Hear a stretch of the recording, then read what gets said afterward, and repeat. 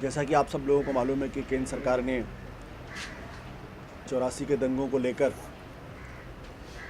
SIT के मसले पर कुछ फैसले किए हैं। तो हमारे साथ फुल्का जी हैं जो आपको उस पूरे मसले पर ब्रीफ करेंगे। फुल्का जी। ये बहुत हैरानी की बात है कि ये कमेटी अपॉइंट जो की गई है इसको to look into the need for constitution of SIT.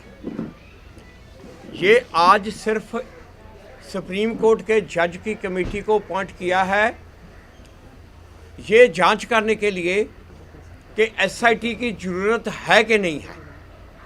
ये एसआईटी केजरीवाल गवर्नमेंट ने फैसला लिया था बनाने का फरवरी 2014 को। उसके बाद केजरीवाल जी के इस्तीफे के बाद ये पहले तो यूपीए की सरकार ने इसको रोक दिया, इसके जो ऑफिसर अपॉइंट होकर नोटिफाई होने थे वो नहीं किए, इसको आगे इम्प्लीमेंट नहीं किया। और उसके बाद 7 महीने से ये बीजेपी की जो और अकाली दल की सरकार है ये इसको लेके बैठे थे। और अब जब प्रेशर बिल्टअप हुआ तो इन्होंने ये तरीका अपनाया इसको और डिले करने के लिए एक कमेटी कॉन्स्टिट्यूट कर दी। तो अब ये पहले कमेटी अपनी जांच करेगी, फिर उसके बाद कमेटी अपनी रिकमेंडेशन देगी एसआईटी होनी चाहिए कि नहीं होनी चाहिए। उसके बाद एसआईटी कॉन्स्टिट्यूट होएगी, उसके बाद इन्वेस्टिगेशन शुरू होएगी, उसके बाद जाके मुकदमे शुरू होंगे। ये जो फरवरी 2084 में केजरीवाल सरकार ने 237 केस जो कि पुलिस ने बंद कर दिए और जो कोर्ट के आगे गए ही नहीं, उनको रीओपन करके फर्दर इन्वेस्टिगेशन के लिए ये कमेटी कॉन्स्टिट्यूट हुई थी। और जो हैरानी की बात है कि ये मई 2013 में जंतर मंतर पे एक धरना लगा था और उस धरने पे ये डिमांड थी कि एसआईटी बनाई जाए। एक सज्जन कुमार के खिलाफ जो चार्जशीट 22 साल से फाइलों में पड़ी है उसको तुरंत से तुरंत कोर्ट में फाइल किया जाए। वहाँ पे केजरीवाल जी भी एक दिन भूख हड़ताल पे बैठे थे, उनकी पूरी टीम। वहाँ पे एक दिन बीजेपी की भी पूरी टीम ने आके धरना दिया था, अकाली दल के भी टीम ने धरना दिया था। मई 2013 में तो डिमांड कर रहे थे कि एसआईटी बननी चाहिए। पिछले दिल्ली इलेक्शन में यही इन्होंने वादा किया कि एसआईटी बनाएंगे।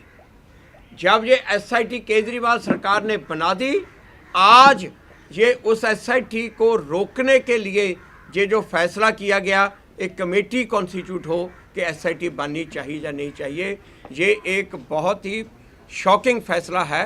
30 साल से विक्टिम वेट कर रहे हैं। बहुत से जो गवाह हैं, पीड़ित हैं, वो तो इस दुनिया में रहे नहीं और बहुत से बहुत वृद्ध हैं, बुजुर्ग हैं। टाइटल के केस में जो मेन अक्यूज था उसकी डेथ हो चुकी है। सज्जन कुमार के केस में जो अक्यूज है वो हार्ट पेशेंट है। और जो दूसरी ये जो सज्जन कुमार के चार्जशीट की बात थी, ये वो चार्जशीट है। और जो 4 लोगों के कत्ल की चार्जशीट है निगलोई थाने की।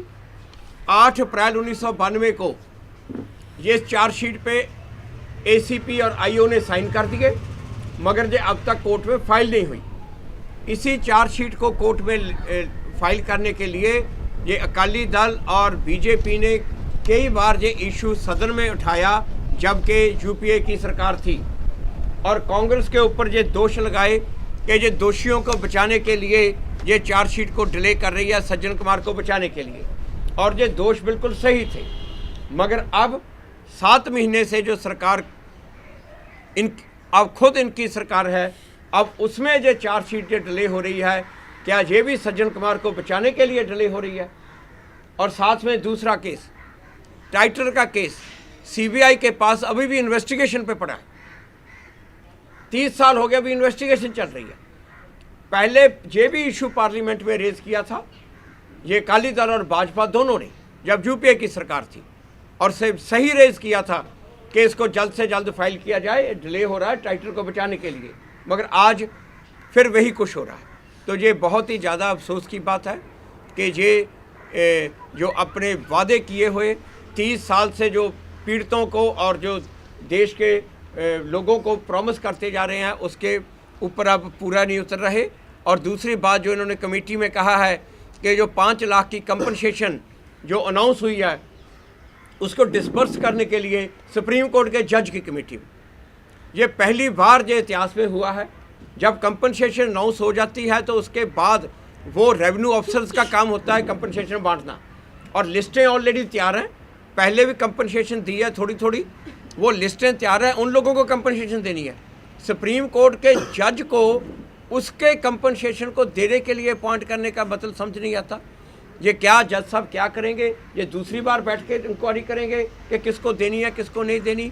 तो ये मुझे जो लग रहा है कि ये सरकार को खुद ही जहाँ तो मालूम ही नहीं ये कर क्या रही हैं, जहाँ ये बिल्कुल लोगों को, जनता को, पीड़ितों को और हिंदुस्तान के लोगों को बेवकूफ़ बनाने के लिए ये ऐसे कदम उठाए जा रहे हैं। Thank you. दूसरा मसला ये है कि जैसा कि आप लोगों को पता है कि आज से कुछ महीने पहले हमारे विधायकों को खरीद के सरकार बनाने की कोशिश बीजेपी की तरफ से की जा रही थी, और उस मामले में हमसे बार बार कहा जाता था कि आप सबूत लेके आइए, सबूत लेके आइए।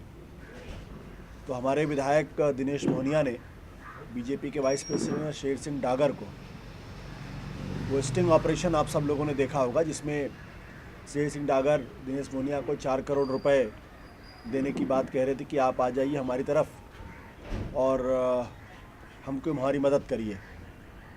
वो पूरी तस्वीर पूरी दुनिया ने देखी। उस पूरे मामले की कायदे से जांच होनी चाहिए थी, और अब तक शेर सिंह डागर साहब की जगह सीखचों के पीछे होनी चाहिए। लेकिन बड़े दुर्भाग्य की बात यह है कि उस पूरे स्टिंग ऑपरेशन में अब शेर सिंह डागर को क्लीन चिट देने की कोशिश की जा रही है, और हमारे ख्याल से अभी तक उस पूरे मसले पर हालत ये है कि FIR तक ठीक से दर्ज नहीं की गई। पूरे मामले में ये बहुत हैरानी की बात है। हमारा साफ तौर पे कहना है कि ऐसा केंद्र सरकार के इशारे पर, गृह मंत्रालय के इशारे पर किया जा रहा है। चूँकि केंद्र के अंदर बीजेपी की सरकार है, शेर सिंह डागर खुद बीजेपी के नेता हैं और दिल्ली के अंदर चुनाव होने वाला है, इसलिए रफा दफा किया जा रहा पूरे मामले को, उनको पाक साफ बताने की कोशिश की जा रही है। पुलिस को भी मुझे नहीं लगता कि गृह मंत्रालय के दबाव में आके कोई फैसला करना चाहिए था। आम आदमी पार्टी डिमांड करती है इस पूरे मामले की स्पष्ट तौर पर जांच होनी चाहिए, और अगर जांच नहीं होगी ठीक तरीके से तो हम इस पूरे मसले को अदालत में ले जाने के बारे में सोचेंगे। इसमें सबसे हैरानी वाली बात ये थी कि जो शिकायतकर्ता था, शिकायतकर्ता की तो बहुत बार पूछताछ की गई, कभी उल्टे पुल्टे सवाल उनसे पूछे गए, लेकिन जो असली लोग गुनाहगार थे उनसे कभी पूछताछ करने की जहमत नहीं उठाई गई, उनका कभी FIR दर्ज करने की जहमत नहीं उठाई गई, और अब पूरे मामले को हशप करके बंद करने की तैयारी की जा रही है। ये दुर्भाग्यपूर्ण है, और आम आदमी पार्टी इस पूरे घटनाक्रम की निंदा करती है। और साथ ही साथ अगर इस पूरे मसले पर कार्रवाई नहीं हुई तो आम आदमी पार्टी इस पूरे मसले पर अदालत में चैलेंज करने का काम करेगी। दूसरा मामला पानी का है। हरियाणा से आजकल जो पानी आ रहा है उसमें केमिकल कॉम्पोजिशन बहुत ज़्यादा है, और उसकी वजह से 2 चंद्रावल और वज़ीराबाद के जो ट्रीटमेंट प्लांट्स हैं वो बंद हो चुके हैं। दिल्ली के कई इलाकों में शिकायतें मिल रही हैं कि जहरीला पानी यानी जो कंटेमिनेटेड वाटर है वो बांटा जा रहा है, वो डिस्ट्रीब्यूट हो रहा है, जो पीने के बिल्कुल काबिल नहीं है। हम दिल्ली सरकार से और केंद्र सरकार से अपील करते हैं, उनसे डिमांड करते हैं कि फ़ौरन हरियाणा सरकार को इस पूरे मसले पर ताकीद की जाए, और ये जो कंटेमिनेटेड वाटर आ रहा है इसको फ़ौरन इसको रोकने की और इसकी जगह स्वच्छ पानी उपलब्ध कराने की बात की जाए। बाकी कोई सवाल अगर आप लोगों के हो। सर, आज अटल बिहारी वाजपेयी और मदन मोहन मालवीय को भारत रत्न देने की घोषणा की गई है, राष्ट्रपति ने, इसके बारे में देखिए, भारत रत्न उनको दिया जाता है जिनके बारे में माना जाता है कि इन्होंने बहुत समाज के लिए बहुत अच्छा काम किया है, और बीजेपी की सरकार है, अटल बिहारी वाजपेयी जी को अगर उन्होंने भारत रत्न दिया है तो आप हमसे बेहतर समझते हैं। मदन मोहन मालवीय जी को दिया है तो बेहतर समझते हैं, स्वतंत्रता सेनानी रहे हैं।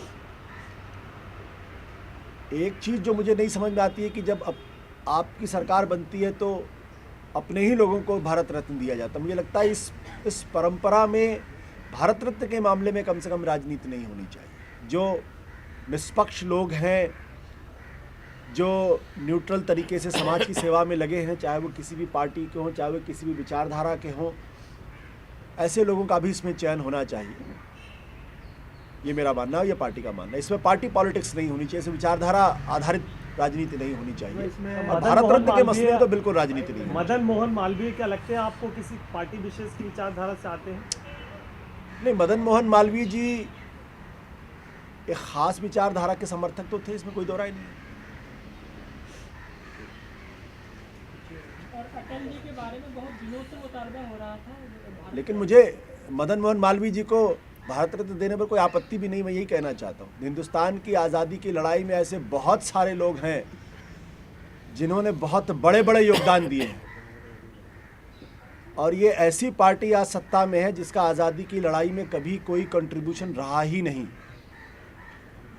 इसने आज़ादी की लड़ाई में कोई हिस्सेदारी नहीं की। इनके कोई नेता कभी जेल गए ही नहीं।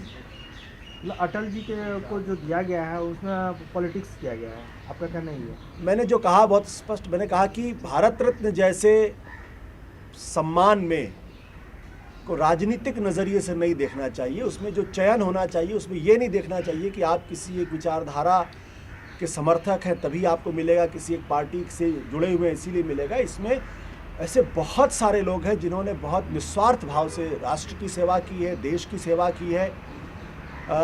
उनके चयन के बारे में भी सोचा जाना चाहिए। लेकिन केजरीवाल जी जो बनारस से जब चुनाव लड़ रहे थे तो उन्होंने पंडित मदन मोहन को लेकर ही हमने कोई हमने मालवीय जी के नाम पे कोई आपत्ति नहीं दर्ज कराई है।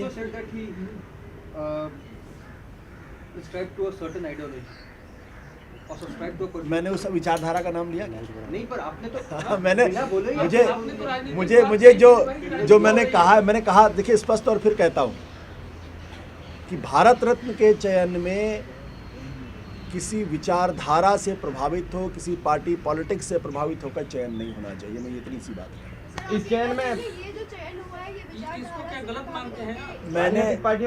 मैंने बहुत स्पष्ट तौर पर कहा है कि निस्वार्थ भाव से समाज में लाखों करोड़ों लोग काम कर रहे हैं। भारत के सर्वोच्च सम्मान में ऐसे लोगों के बारे में भी सोचा जाना चाहिए, उनको भी सम्मानित किया सर, अटल जी को दिया गया, क्या उनका स्वागत करते हैं? मैंने जो कहा वो आपके सामने है। अटल जी देश के बहुत बड़े नेता रहे हैं, उनको इसमें कहाँ कोई दो राय है। देश में के 3 बार प्रधानमंत्री रहे, इसमें कहाँ किसी को मतलब स्वागत करते हैं? मैंने कहा ना, इसमें कहाँ किसी को आपत्ति। ये तो इतिहास के तथ्य है। हाइपोथेटिकल क्वेश्चन का मैं जवाब कैसे दूं? आम आदमी party comes to power in center, say next 10 years, or so even your party will demand Bharat Ratna for Arvind Kejriwal. अब ऐसे सवाल का मैं क्या जवाब दूं? Pulka ji, one question. Now that you're attacking the BJP, criticizing the BJP for forming a committee to constitute an SIT, what did you guys do in the past 7 months to see whether the committee SIT the SIT announced by Arvind's government, what kind of follow-up did you do? On November 1st, I remember Arvind gave a letter, but that was just last month. What did you guys do for the past 6 months? Before that, I had written to the Law Minister. I had also written to the Home Minister that this committee should be constituted. The letter to the Law Minister was right in the beginning, somewhere in July, and the letter to the Home Minister was in after about a month in August. दूसरे एक अकाली दल आप पर आरोप लगाते हैं फुल्का जी कि आज तक आप 84 को लेकर एक केस भी नहीं जीत पाए। अगर ऐसे यही कारण है कि उनको कोई सजा नहीं मिली। अगर ऐसे हालत होंगे जो ये हो रहे हैं तो केस पहले जीतने वाली बात, जो भगत को जेल हुई तो उस केस में कौन था? भगत जब जेल में गया उस केस में कौन कर रहा था? जब ये शुरुआत हुई है 1984 से ये मिश्रा कमीशन से लेके आज तक, तो वो कौन कर रहा था? जितनी देर तो मैं उनके साथ था, 29 साल तो वो मुझे ऑनर करते रहे, स्टेज पे बुला के सम्मान करते रहे, और जब मैंने ये आम आदमी पार्टी ज्वाइन कर ली है तो ये अभी मेरा ख्याल है 10 महीने भी नहीं हुए, तो तब से ये उल्टी भाषा बोलनी शुरू कर दी। देखिए, फुल्का साहब का जो कंट्रीब्यूशन है 1984 के पीड़ितों को इंसाफ और न्याय दिलाने के बारे में, उसमें कभी किसी को कोई आपत्ति है क्या? लेकिन बीजेपी और कांग्रेस के प्रति ये सवाल जरूर पूछा जाना तो 1984 के दंगों में जो पीड़ित थे उनके लिए उन्होंने क्या किया। आज बीजेपी का उदाहरण आपके सामने है। जब आम आदमी पार्टी ने एसआईटी बनाने की बात की, सिफारिश की, आज वो एसआईटी क्यों बननी चाहिए उसकी ज़रूरत भी इस पर सवाल खड़े कर रहे हैं। उनका कमिटमेंट के बारे में जरा सोचिए आप। फुल्का जी का कमिटमेंट तो पूरे इतिहास को पता है। नहीं, ये तो अदालत का काम है। देखिए, लड़ाई लड़ना एक अलग मसला है। जज का एक मिनट, इन्होंने 3 महीने दिए हैं इस कमेटी को, जो सुप्रीम कोर्ट के जज हैं जीपी माथुर साहब, रिटायर्ड जज, उनको 3 महीने दिए हैं ये रिकमेंडेशन देने के लिए।